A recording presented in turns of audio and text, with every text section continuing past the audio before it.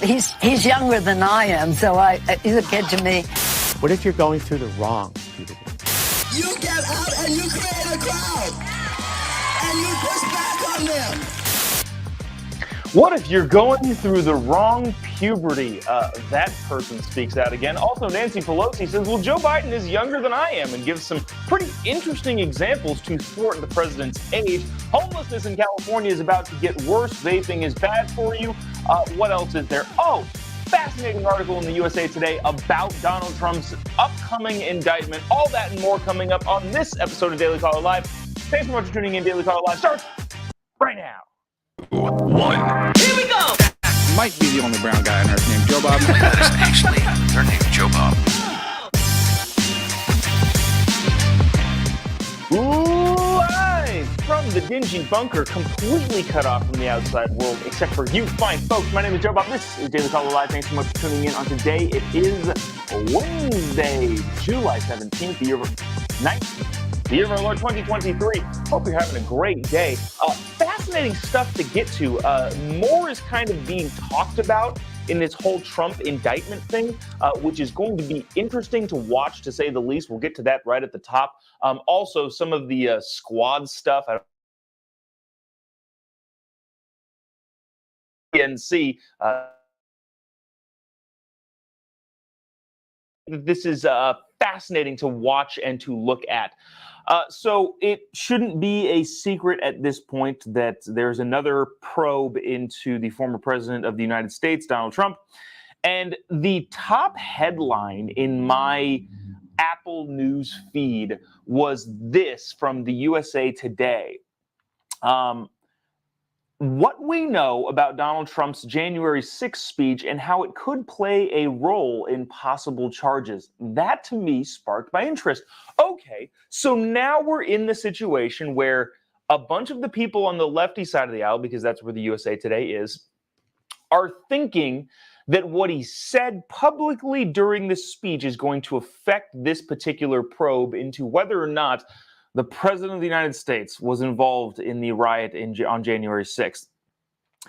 Listen to this. Well, they go on to kind of explain what's going on here, just rehashing the rally on January 6th. And then the USA Today writes this. The January 6th bipartisan committee, by the way, they mentioned that it's a bipartisan committee up top, wrote the final report that Trump allegedly was aware the crowd address in Washington was angry and elements of the crowd were armed and had prohibited items, and thousands would not be able to pass through the magnometers for that reason. So they're making the case that the January 6th bipartisan committee, yes, there were several Republicans on there, and those several Republicans decided to tank their career over this. And maybe they deserve to do that, but to call the January 6th committee fair in any way, shape, or form is kind of comical. Remember we were talking about this yesterday? If there are 4 Democrats that side with the Republicans, it is Republican Party line vote minus a few.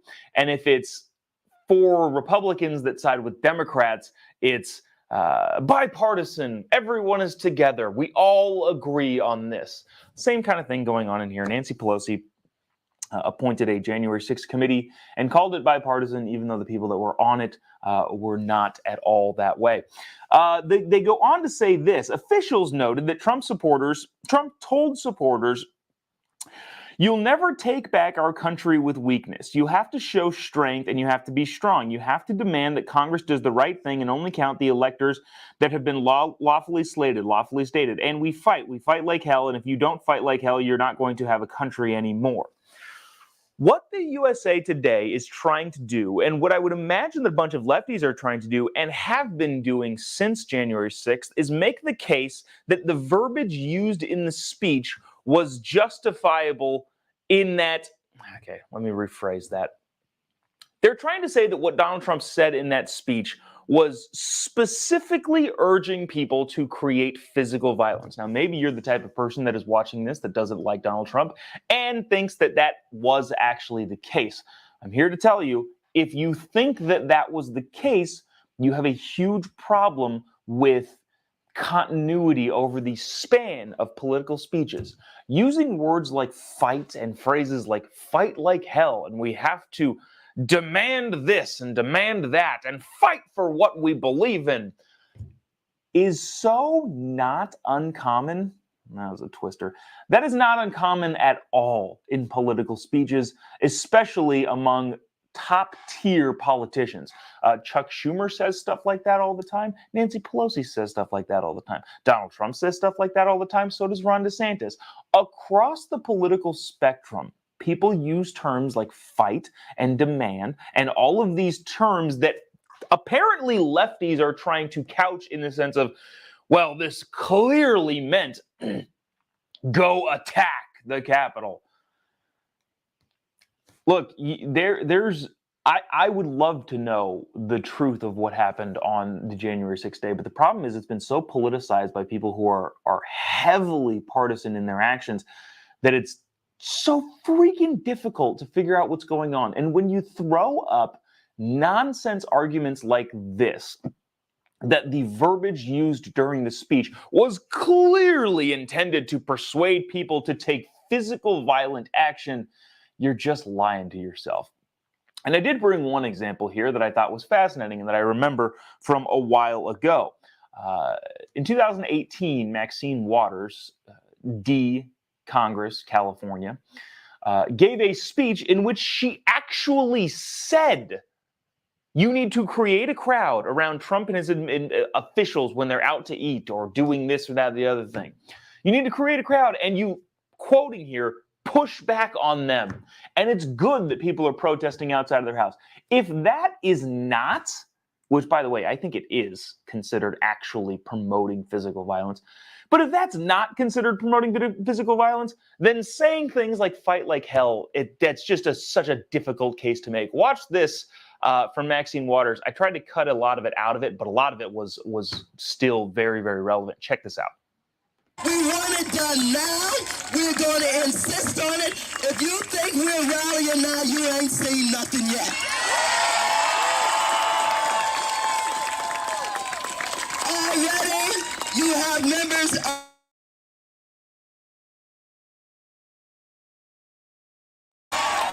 who have protesters taking up at their house, who's saying no peace, no sleep. No peace, no sleep. And so let's stay the course. Let's make sure we show up wherever we have to show up.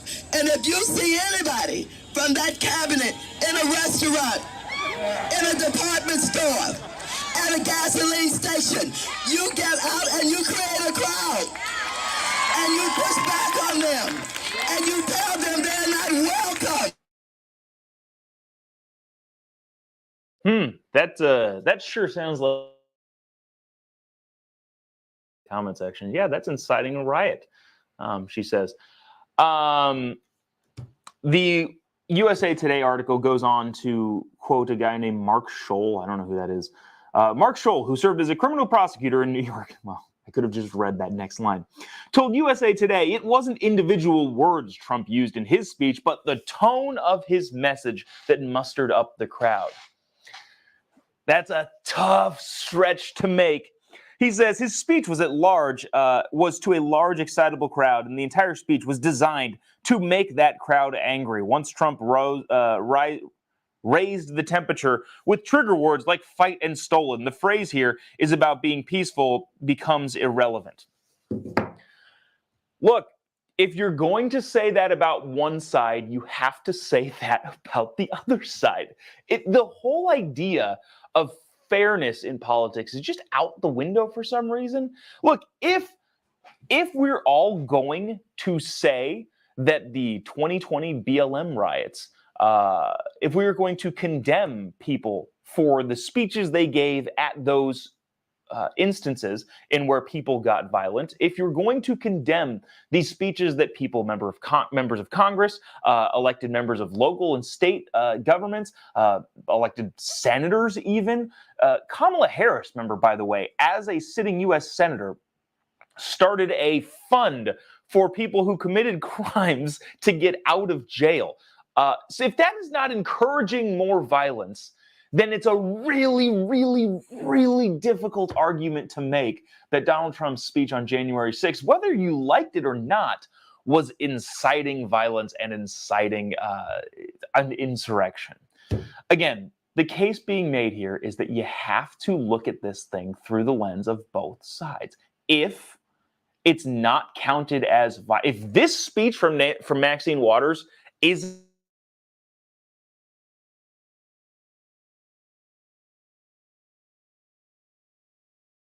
then I don't know what is.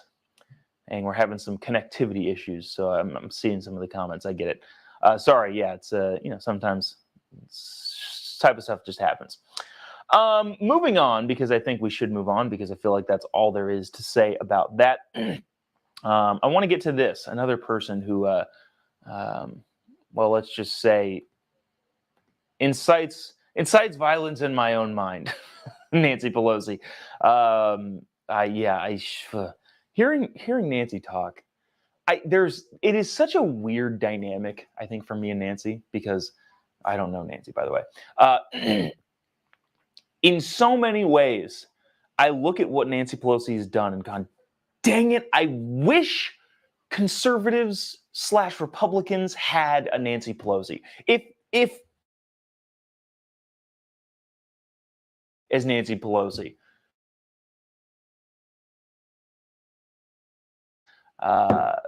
they would be so much better off. And also, I disagree with everything she says. It's kind of like a good player playing for a team that you hate. It's like I can't stand the Yankees, but Aaron Judge is by and large a fantastic baseball player. It's kind of like Nancy Pelosi. She's so good at what she does, and what she does is awful. I want you to watch this. This is the clip of Nancy Pelosi talking about Joe Biden, current president of the United States. I don't know if you knew this. Talking about his age, as that is the biggest concern for Democrats going into the 2024 election. She went on Morning Joe to talk about his age. This so well. What she says.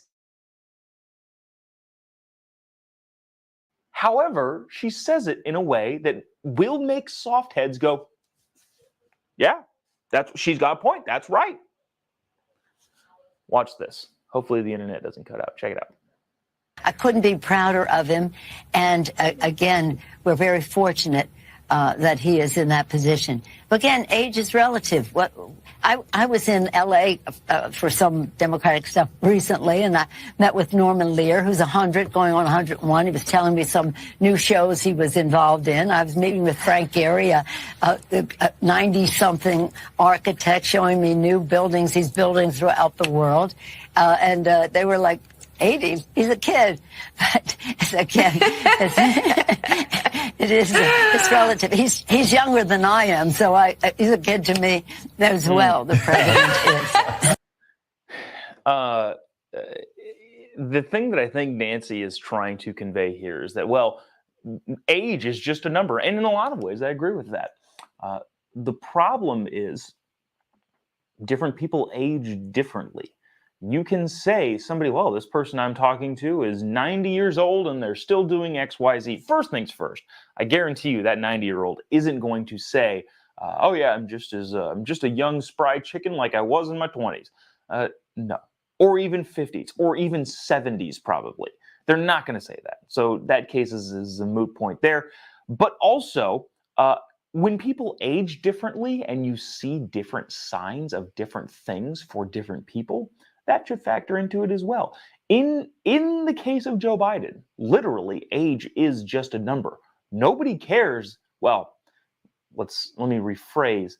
The number 80, the amount of years Joe Biden has been alive, does not matter as much as how 80 has affected his brain. That's the biggest thing here. Nobody actually cares about the number. It's whether or not the man can do the job, and most people would say probably not, according to so many different polls. But that's that. We don't have to belabor on it all that much. I want to bring some kind of good news really quick. Well, this is not that long of a story. This is not, I don't know. I am curious in the comment section what you guys think about this. There is a new mask mandate that is sweeping one of the most popular businesses in this country. In-N-Out Burger has issued their own new mask mandate, mandating that employees no longer wear masks. In-N-Out is banning masks from employees, barring specific circumstances in which, of course, it's fine. If you need to wear one because of, there's a legitimate reason to wear one, fine, I don't care. But also, at the same time, if you want to just wear it to wear it, and it's kind of like the cool thing to do, or you're signaling this or that, or you don't like being seen in public, I guess those are also reasons for wearing a mask. In-N-Out is saying, yeah, no, you can't do that anymore. Which makes me much a bigger fan of the In-N-Out burger chain. I'm curious what you guys think in the comment section. At this point now, when I see people with masks on anywhere, I either think, one, that's weird. They're a weird person, and I don't trust them. Two, they probably either have a perceivable illness. Like if somebody is wearing a mask and is a cancer patient, you can tell. And nobody is going to give those people a hard time for wearing masks. It's the kids and just the people that are weirdos, and you're gonna say, oh, you're stereotyping. You know how I know they're weirdos? To steal a Bill Burr line, the same way that you and I, the same way that you know, I know in the same way that you know. But yeah, when you look at people wearing masks nowadays that you can see clearly don't need to be wearing a mask. The last thing there was whether or not they are sick. If I see somebody wearing a mask, I think, are they sick? In which case, why did you come to work at a food place? In terms of spreading your own germs places. So the bottom line is, I get weirded out when I see people with masks nowadays, and I'm excited that I can go to In-N-Out and not feel weirded out by the employees wearing masks. Like, what do you have to hide? Remember, through the dawn of time, up until mid-2020, masks were used to hide somebody's identity. If you were getting robbed or burgled or assaulted, somebody was probably wearing a mask. So to say that this is a normal thing and pretend that it is, as so many places continue to do. I was just in New York, and surprising amount of people that still wear masks. It's not a lot, by the way. It's not like everywhere you look, but there's still like a handful, maybe like 5% of people, and you're like, what are you doing? Anyways, bottom line here is, if you didn't know you liked In-N-Out, you should know now. In-N-Out is great. Just from the people, I've had some interactions with some of the higher ups at In-N-Out due to various things, and they're just great people overall. Aside from political stand, they're just good people. So go grab an In-N-Out burger. This is not sponsored. I just really, really like this new In-N-Out mask mandate. Back to the drudgery. I don't even know if that's a word, but back to the nonsense that is the craziness going on in the news cycle. Now, what I don't want to do is be someone who, I said comment, but I didn't actually read any of the comments. Let me see. Anybody talking about masks too? Anyways, let's see. Ryan says, seen a fit 20-ish-year-old jogging outside alone with a mask on at 6 a.m. Yeah, see those types of people. That type of person is a weirdo. Like at this point in time, really at any point in time, that was weird. But especially now, don't be a weirdo. Speaking of weirdos, I'm trying to figure out what's going on. What I don't want to do is be as repetitive as I know a lot of people in the freedom-loving talking space are. Look at this. Look at how crazy this is. Look, we all agree that this is nuts. But the fact that it keeps showing up and it keeps existing, I'm wondering why that is. And if the broader scheme here is to understand that sane people look at this sort of thing, what you're about to hear now, and think, that's crazy, and fight against that wholeheartedly, which they should, and neglect some of the other things that have arguably more impact on their life, financially speaking. And it's used kind of as a head fake. I don't know. I don't know what's happening. But I'm so fascinated by the amount of stuff that is just being pushed and pummeled down the throats of average, everyday Americans. I don't know what's going on here. At some point, given the public opinion on this whole thing, given that it's not really even a close issue, the overwhelming majority of Americans are like, this is crazy. The fact that it keeps showing up in media makes me wonder why. I want you to watch this clip from, I don't even know, this Richard, formerly Rachel, no, wait, Rachel, formerly Richard, who is one of the deputy health secretaries in the military, talk about transitioning kids. Again, I hate to be somebody who's repetitive on all this stuff, but why is this still being pushed, given the overwhelming amount of Americans that say, get that S out of here? Check this out. Watch this. What would you say to folks who think that they're being reasonable by saying, why can't children just wait till they're 18? Adolescence is hard and puberty is hard. What if you're going through the wrong puberty? What if you inside feel that you are female, but now you're going through a male puberty?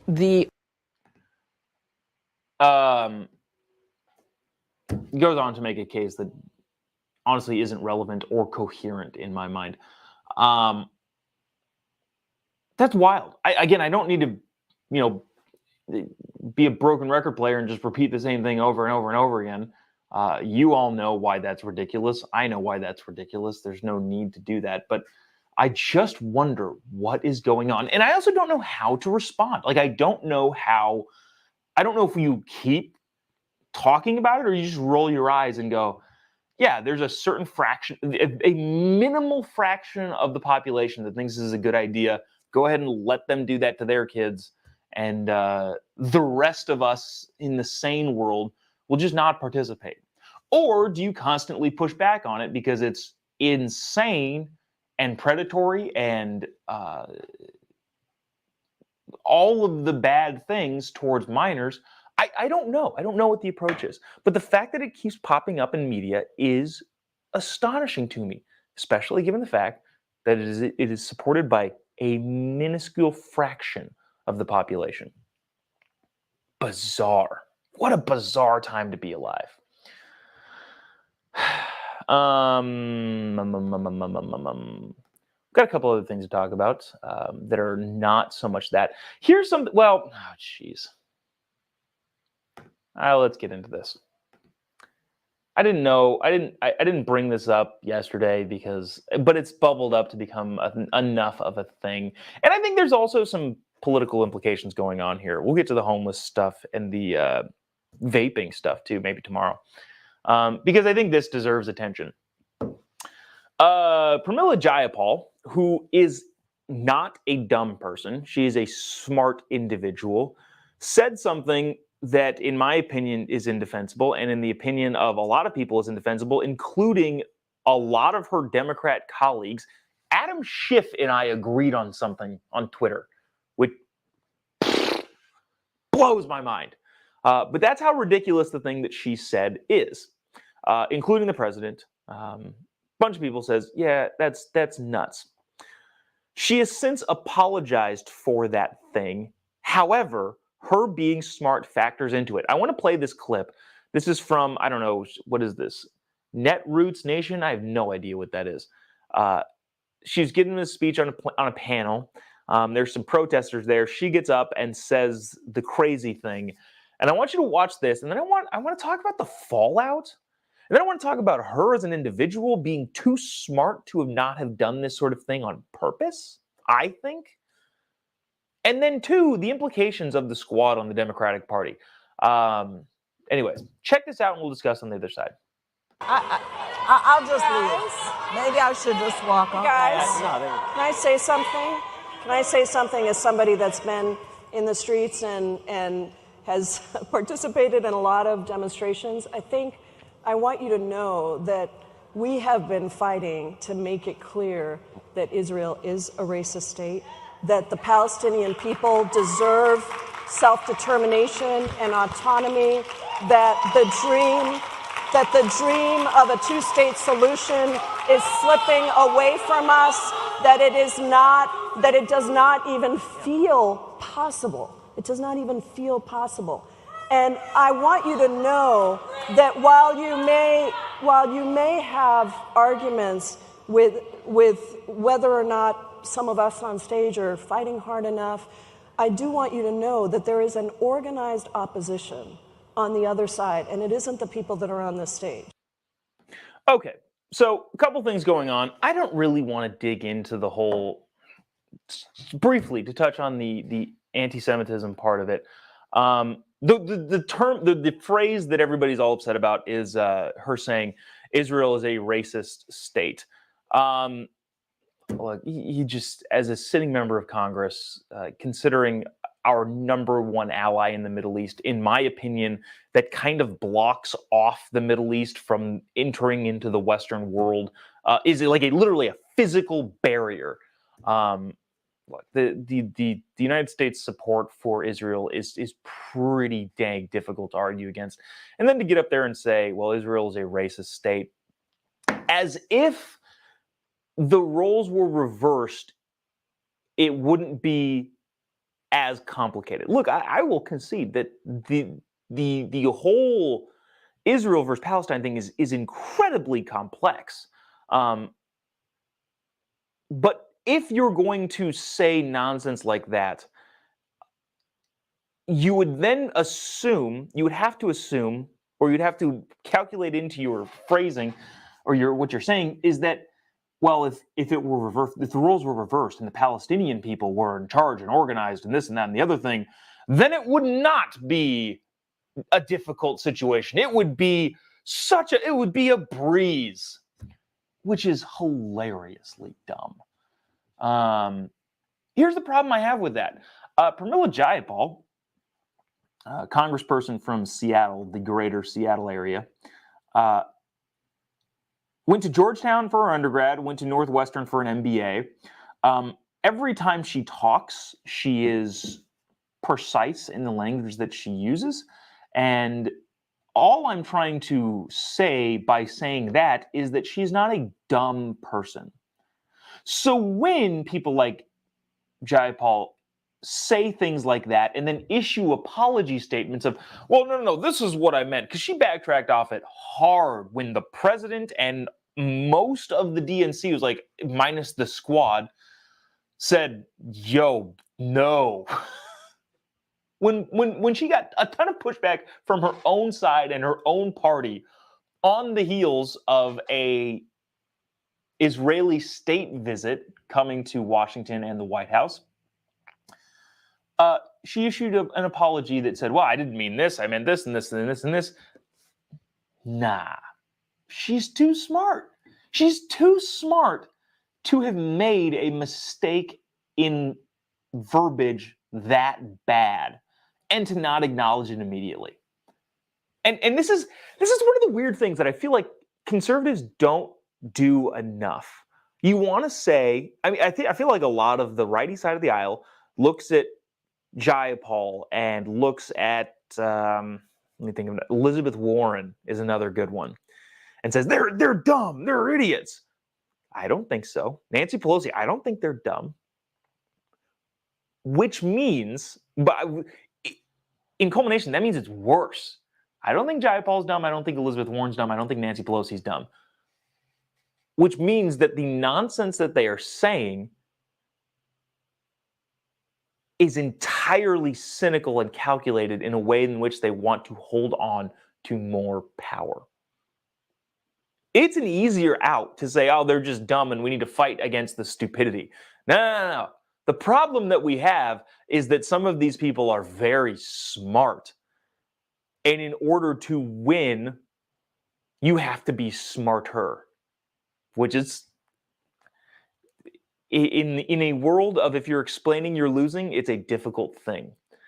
And so I understand the sentiment of like, oh, look at how dumb and stupid a lot of these top Democrats are. Yeah, I don't think that's the problem. I think the problem is that they're smart. And when they are smart and say things this dumb, I think it's more calculated and they're getting away with, oh, I just made a mistake. I don't buy that. Really quickly, the political side is the DNC cannot stand the squad. It is a fascinating. You hear a lot of times in the media the far right extremists, which in the eyes of the New York Times makes up the entirety of the Republican caucus as a whole. But there are people that are more. I don't even want to say conservative. There are disagreements within the Republican Party. I'll acknowledge that. Everybody should acknowledge that. It exists. But to assume that the DNC, the Democratic National Committee and Party as a whole, is more cohesive, that's a mistake being made.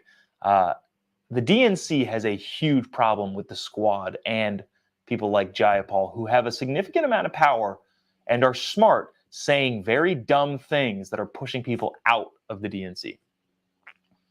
So, anyways, talk about the California other stuff in a little bit. I just thought that was an interesting thing, and especially with the defense bill coming up, with the Israeli president speaking to a joint session of Congress. AOC isn't going to that. That's all happening today. Really, really fascinating what's going on there.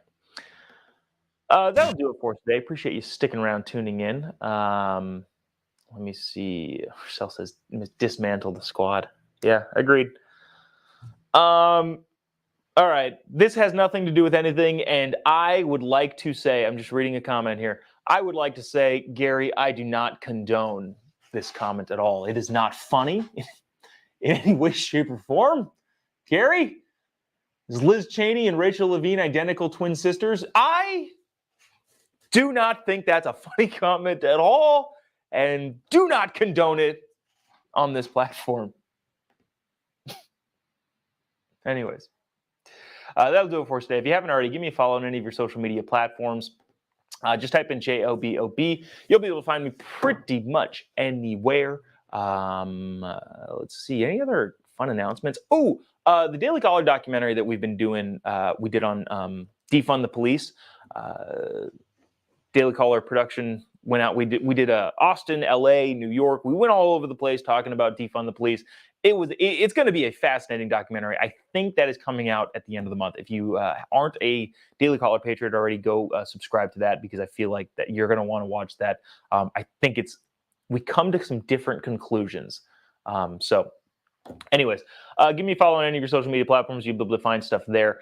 That'll do it for us today. Appreciate you sticking around, tuning in. We'll see you tomorrow, same time, same place. God bless America.